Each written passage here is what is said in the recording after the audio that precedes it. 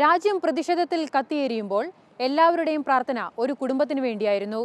ആശുപത്രിയിൽ മരണത്തെ മുന്നിൽ കണ്ട് പെൺകുട്ടി മരണം വിരൽ തൊട്ട് വിളിച്ചപ്പോഴും ജീവിക്കണമെന്നാഗ്രഹിച്ച അവൾ കുടുംബത്തിന്റെ മാത്രമല്ല രാജ്യത്തിന്റെ മുഴുവൻ ദുഃഖമായി. അരുൺ ശങ്കർ വീണ്ടും ആ കുടുംബത്തെ കാണുന്നു.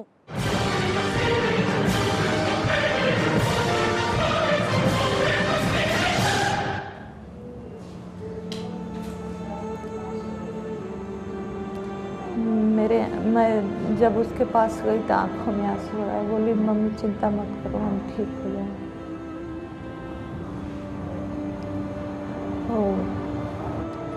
हाथ दोनों हाथ लिया और अपने गले से लगा लिया। फिर उसके बाद फिर लास्ट यही आवाज़ थी कि मम्मी चिंता मत करो, हम ठीक हो जाएंगे।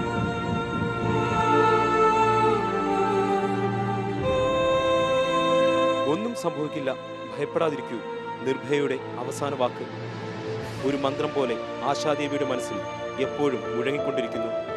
ഒരു വർഷമല്ല, ജീവിതാവസാനം വരെ നിർഭയയെ നൊന്തുപറ്റ ഈ അമ്മയുടെ മനസ്സ് ആ വാക്കിൽ നിന്ന് മുക്തമാകില്ല.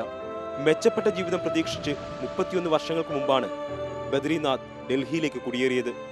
ദാരിദ്ര്യത്തിൽ നിന്ന് മുക്തി തേടുക, കുട്ടികൾക്ക് മെച്ചപ്പെട്ട വിദ്യാഭ്യാസം നൽകുക തുടങ്ങി ഏതൊരു സാധാരണക്കാരനും ഉണ്ടായിരുന്ന സ്വപ്നം മാത്രമേ ബദ്രിനാഥിനും കുടുംബത്തിനും ഉണ്ടായിരുന്നുള്ളൂ.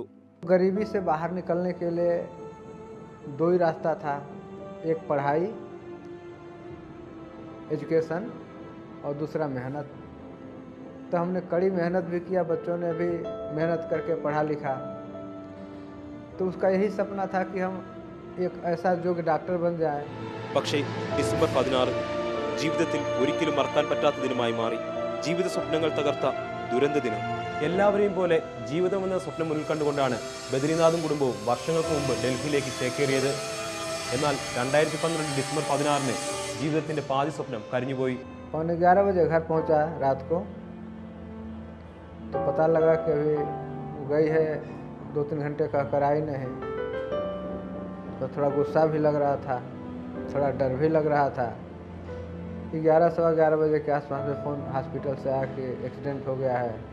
तो मैं वहाँ पहुँचा, काफ़ी देर तक तो ढूंढते रहे, करीब 12 बज गया होगा। जब मिला तो पता लगा कि ये चीज़ हुआ है.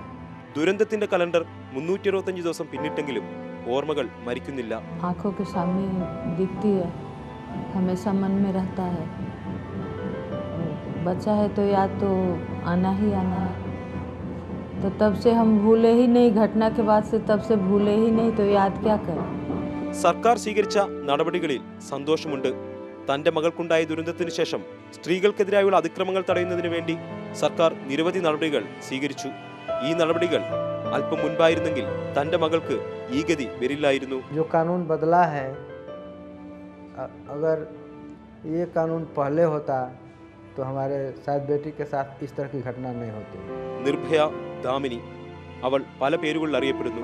ദുരന്തശേഷം യുവതികളും സമൂഹവും നീതിക്കു വേണ്ടി രംഗത്തിറങ്ങിയതാണ് അവൾക്കുള്ള ഏറ്റവും വലിയ ശ്രദ്ധാഞ്ജലി.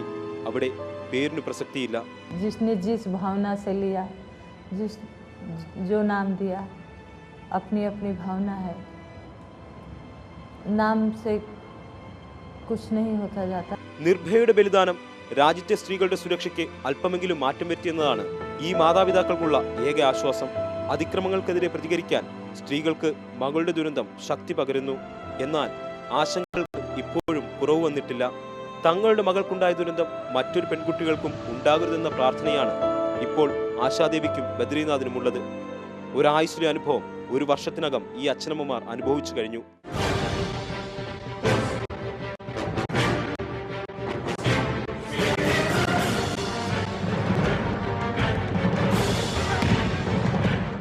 കത്തിപ്പടർന്ന പ്രതിഷേധം എങ്ങനെ നിയന്ത്രിക്കണമെന്നറിയാതെ അധികാര കേന്ദ്രങ്ങൾ കുഴങ്ങി.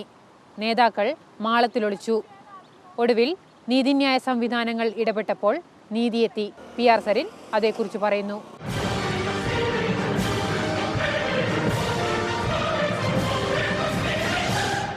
സ്ത്രീകൾക്കെതിരായ അതിക്രമങ്ങൾക്കെതിരെ പൊതുസമൂഹത്തിന്റെ കണ്ണുതുറപ്പിക്കാൻ ഡൽഹി കൂട്ടബലാത്സംഗത്തിന് ശേഷമുണ്ടായ സാഹചര്യങ്ങൾ വഴിവെച്ചു. സ്ത്രീ സംരക്ഷണത്തിനായുള്ള നിയമങ്ങൾ കർശനമാക്കാൻ അവളുടെ രക്തസാക്ഷിത്വത്തിന് കഴിഞ്ഞു.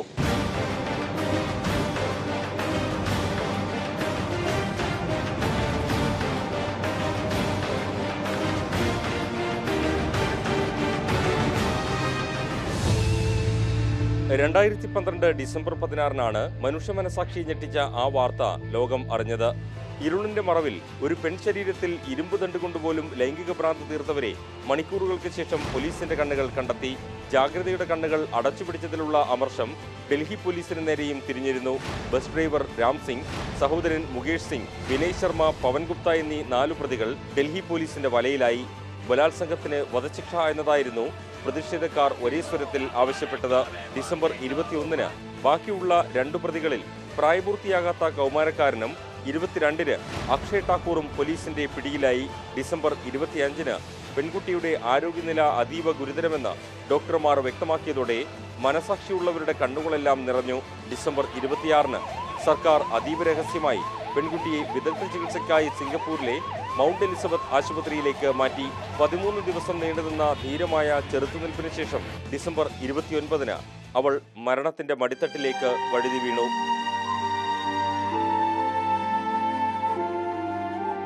കേസിലെ 6 പ്രതികൾക്കെതിരെയും പോലീസ് കൊലക്കുറ്റം ചുമത്തി. വിചാരണ വേഗത്തിലാക്കണമെന്ന ആവശ്യവും സജീവമായി. അതിവേഗ കോടതി നിലവിൽ വന്നു.